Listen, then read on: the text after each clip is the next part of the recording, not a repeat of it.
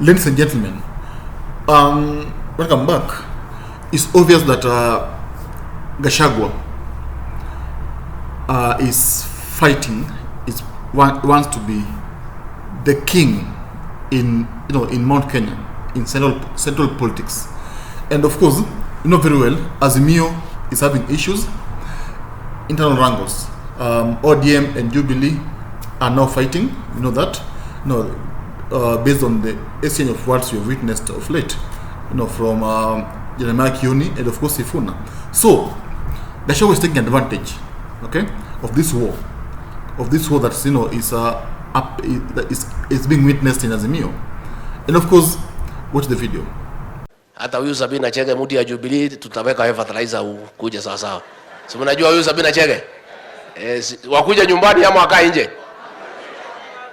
Wakuja nyumbani?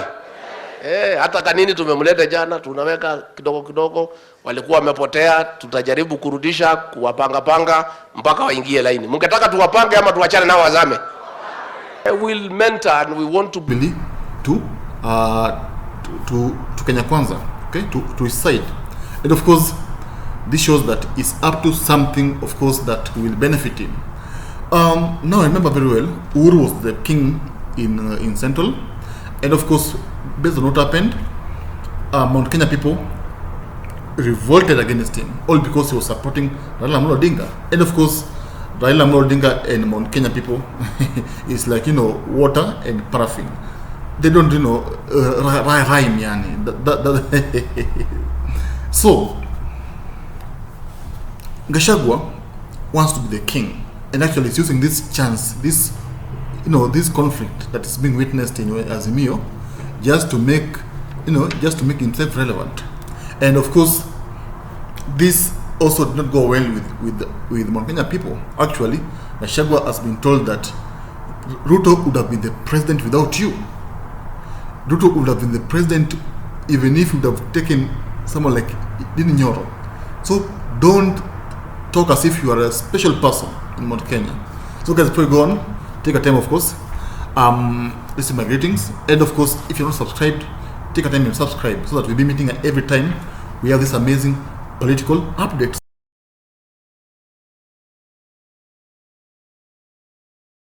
So as I was saying, Gachagua has already been warned, and has already been told that he should not, think that he is the king, because Gachagua is taking advantage of this war, this rift that's happening in Azimio, because he wants those Jubilee members to support him. Remember very well, Uhuru Kenyatta was the king in Mount Kenya, courtesy of these Jubilee members. These members who remained in Jubilee. Remember Kaninikega, of course. Yeah. Remember Jeremiah Kioni, Murathe. These are the people who made Uhuru the king in Central.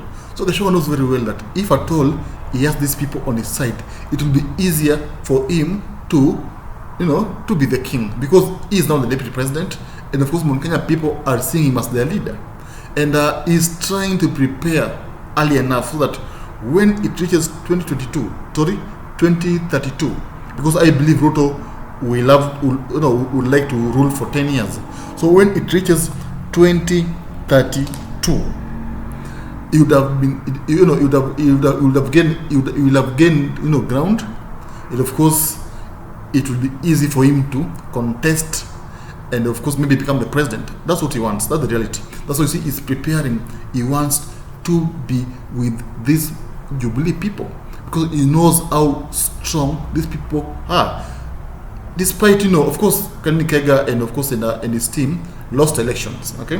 They lost election in Mount Kenya, all because they were supporting Raila Odinga, so they were punished. And the last election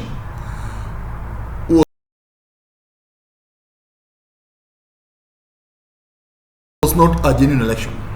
Why am I saying so? Because the last election was based on revenge. Mount Kenya people wanted to punish Uhuru Kenyatta for betraying Ruto, or maybe for supporting Raila Odinga. So according to them, they felt that Uhuru betrayed them. Even though I don't think so. There's no way you tell me Uhuru betrayed Mount Kenya, because it is his, his democratic right to support whoever he wants. And Raila is a Kenyan, so there's no way you can tell me that since you support Raila Odinga, you're our enemy. That's I think that's backwardness, if you ask me. But all in all, in politics, it's all about being paid. It's all about pettiness. So Mount Kenya people voted for Ruto all because they were punishing Uhuru Kenyatta. They had no reason to not vote for Raila Odinga, all because they were punishing Uhuru Kenyatta. Maybe if it wasn't for Uhuru Kenyatta, Mount Kenya people would have voted for Ruto. But now, Gachagua'S wish has been met with brutal rejection. Why? Because it's been now bashed. It's being told that Ruto would have been the president without you. Okay? If at all Ruto would have picked someone like Didi Nyoro, he would have still been the president. He would have still, gotten votes from Mount Kenya. Yeah, which is true. Remember very well, in 2012, when Uhuru was teaming up with Ruto came with the votes from Rift Valley. Okay, so Uhuru needed Ruto. Yeah, that's the reality. That's why you see they shared the government equally, all because Ruto came with the votes. But for Gachagua'S case, I think it was a favor. Yeah, because remember very well, when Gachagua was unveiled as Ruto's running mate, Mount Kenya people were very hungry because they thought that Gachagua was not fit, to be the deputy president. All because, all the way, just because the way he was talking, how he was expressing himself, people thought that this person cannot be, cannot hold such a big office because he doesn't know how to express himself. But all in all, as fate will have it, he managed to become the deputy president. So now he wants to become the king, but Mount Kenya people are not rejecting him.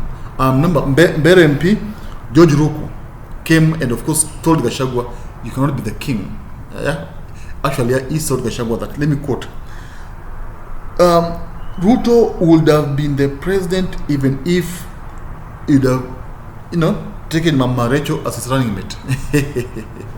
He's saying that Mount Kenya would have still voted for Ruto. Even if Ruto would have taken, Mama Rachel, his wife, as the running mate. Yeah, that's what they're saying. And of course, there's also some other leaders from Mount Kenya who are rejecting Gachagua. They don't want to accept Gachagua as their leader. I don't know why. I don't know what Gachagua did to them, but they're rejecting Gachagua. So this shows that Gachagua is the deputy president, courtesy of William Samoei Ruto, which is true.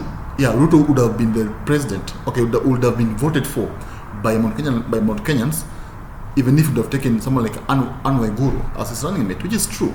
So his wishes has been met with brutal rejection. And of course, right now he's gone back to his drawing board and is trying to, of course, find ways of becoming the next king, because he wants to become the president after 10 years. So tell me, do you think Gachagua will manage to become the king? I would like to know from you. Comment and tell me, do you think Gachagua will manage to be the president? Because that's what he wants. When you're the deputy president, now what next? Your next step is how to become the president.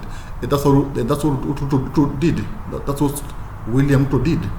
When he became the deputy president in 2013, is immediately began scheming for presidency. So tell me in the comment section, and of course I would like to hear it from you. And guys, that's all. Subscribe. Let's keep the fire burning here. We meet here next time. We have this amazing